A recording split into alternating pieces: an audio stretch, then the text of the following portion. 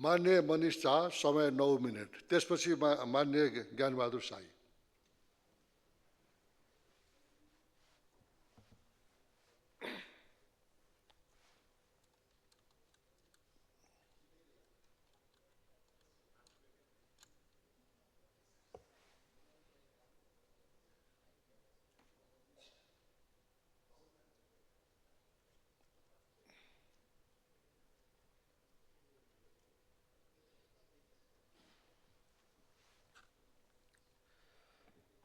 सभामुख महोदय, विनियोजन विधेयक र यस वर्षको नीति तथा सिद्धान्त तथा प्राथमिकतामा कुरा गर्दा म केही आफ्नो तर्फबाट रायहरू, यसमा सुझावहरू र यसलाई कसरी सुधार गर्न सकिन्छ होला आगामी दिनमा भन्ने कुराहरू राख्न चाहन्छु। यो एउटा अंग्रेजीमा भनिन्छ, the freedom of expression is nothing if you don't have freedom of thought. हामीले सोच्न सिकाउँदैनौँ भन्ने अभिव्यक्तिमा स्वतन्त्रता मात्र दिएर हुँदैन। हामीमा कतिवटा नयाँ कुराहरू हामीले योजना गर्ने, सोच्ने कुराहरूमै सुधार लिएर आउनुपर्ने, जसरी हामी प्रोग्रामहरू बनाउँछौँ त्यसमै सुधार लिएर आउनुपर्ने देखिन्छ। एकजना अमेरिकन राइटर एमी वेवले द सिग्नल्स आर टकिङ भन्ने किताबमा स्ट्राटेजी म्यानेजमेन्ट, योजनाहरू बनाउने कुराहरूको व्याख्या गर्दै गर्दा ट्याक्टिक्स, स्ट्राटेजी, भिजन र इन्भिजन भनेको कार्यनीति, रणनीति, दर्शन र परिकल्पनाको कुरा गरेको छ।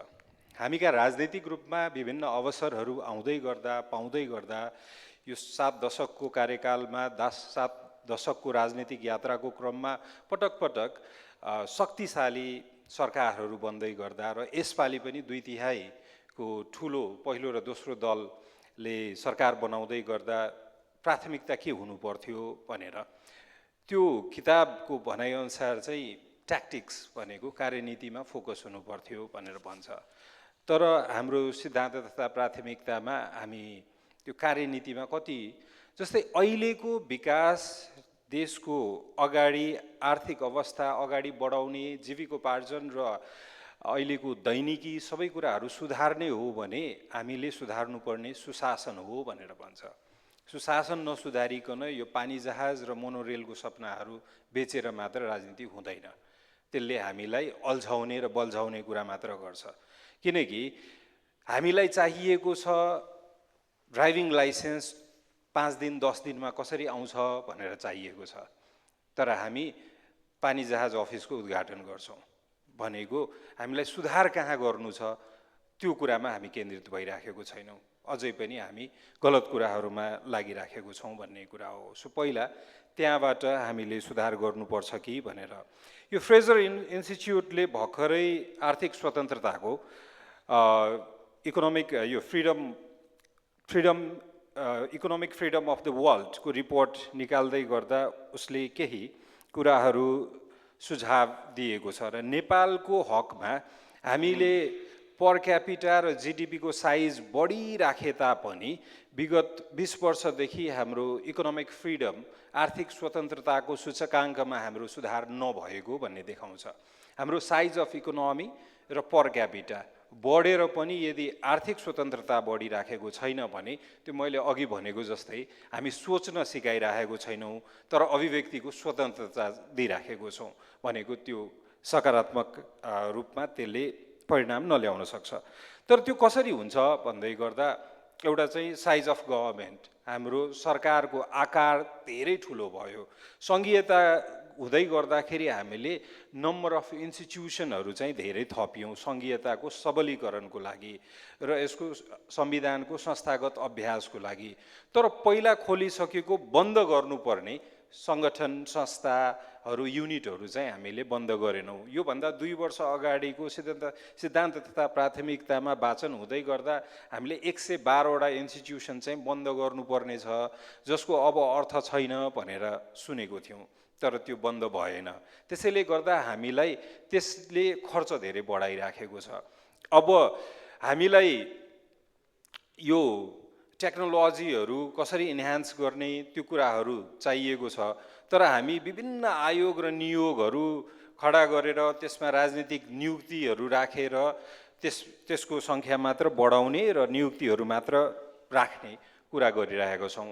अर्को हामीले बजारमा त्यो लेभल प्लेइङ फिल्ड दिइराखेको छैन, लेभल प्लेइङ ग्राउन्ड दिइराखेको छैनौँ।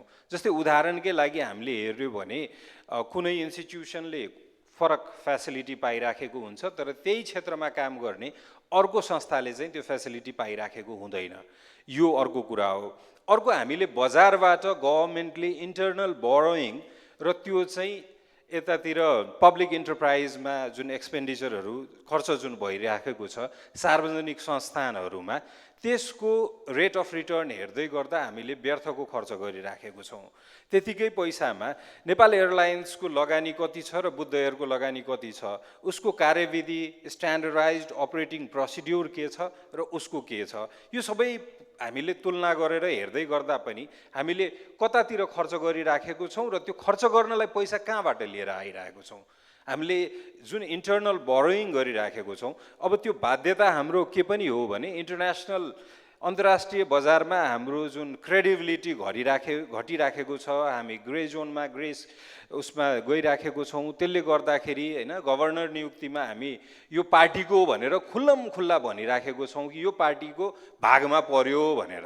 हामीलाई त्यो भन्न पनि लाज लागिरहेको छैन कि गभर्नर चाहिँ फलानु पार्टीले पायो रे भनेर। अनि त्यो स्थितिसम्म हामी गइसक्यौँ। अनि त्यसपछि इन्टरनल बोरोइङ हाम्रो बाध्यता हुँदैछ। बिस्तारै विदेशीले हामीलाई पैसा दिन छाड्छ होला। साउन्ड मनी र फ्ल्याट मनीको कन्सेप्सन हेर्दा हामीले इन्फर्मल इकोनोमीलाई धेरै प्रायोरिटी दिइराखेको छौँ, छोडिराखेको छौँ। यो सबै कुरा अब यसमा हामीले नम्बर अफ इन्स्टिट्युसन यसमा हेर्दै गर्दा सुधार चाहिँ कसरी गर्नुपर्छ होला भनेर भन्दै गर्दा मैले एउटा सङ्गठनिक अभ्यासहरू, दोस्रो राजनीतिक संस्कार र तेस्रो हाम्रो कार्यविधिहरू, यो तीनवटा हेर्छु। सङ्गठनिक अभ्यासमा हामीले जहिले पनि सङ्गठनिक संरचना भनेपछि त्यो भन्नुको अर्थ चाहिँ अर्को थप सङ्गठन भनेर मात्र सोच्यौँ। यसको सङ्गठनिक संरचना क्षमता बढाउनुपर्छ भनेर सोचेनौँ।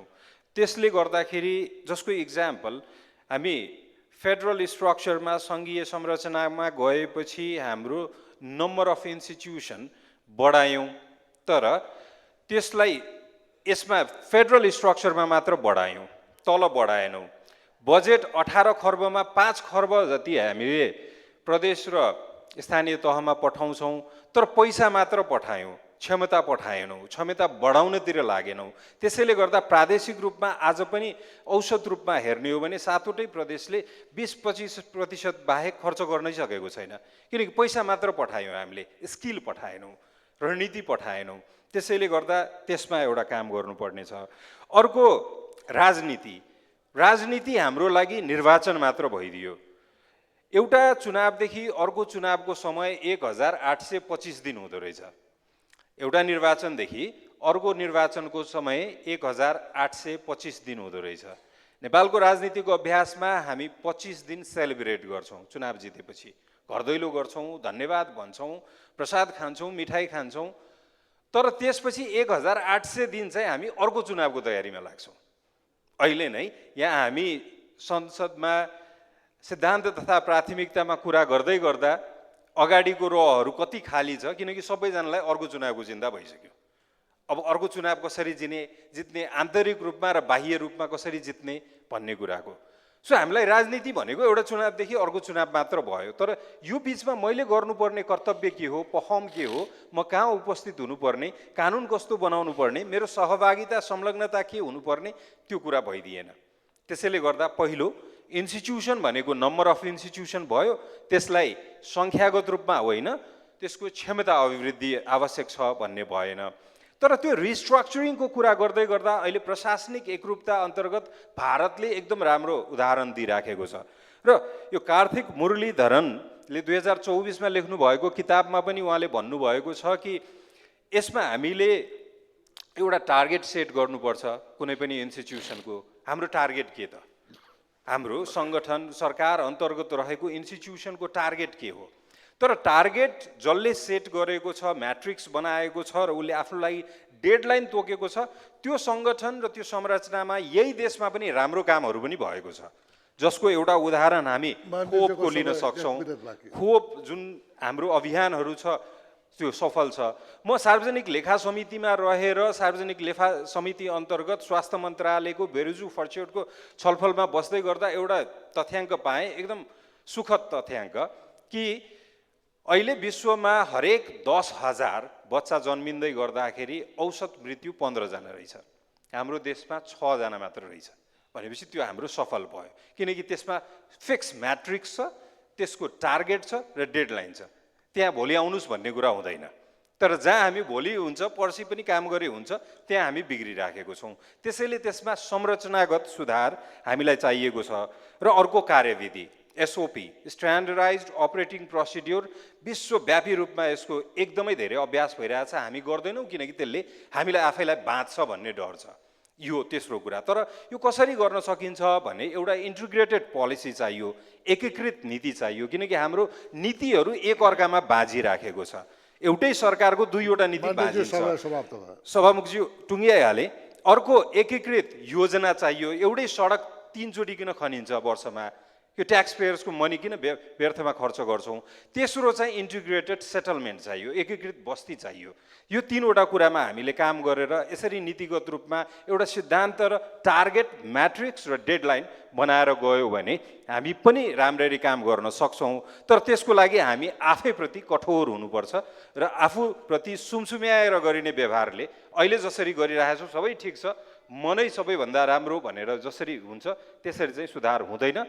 त्यसैले गर्दाखेरि यसमा हामीले प्रतिपक्षको बेन्चमा रहँदै गर्दा कसरी सघाउन सक्छौँ, किनकि हामी प्रतिस्पर्धी हौँ तर दुश्मन होइन। हामी सहकार्य, सहकर्म र सहयात्रा गर्न पनि सक्छौँ। धन्यवाद।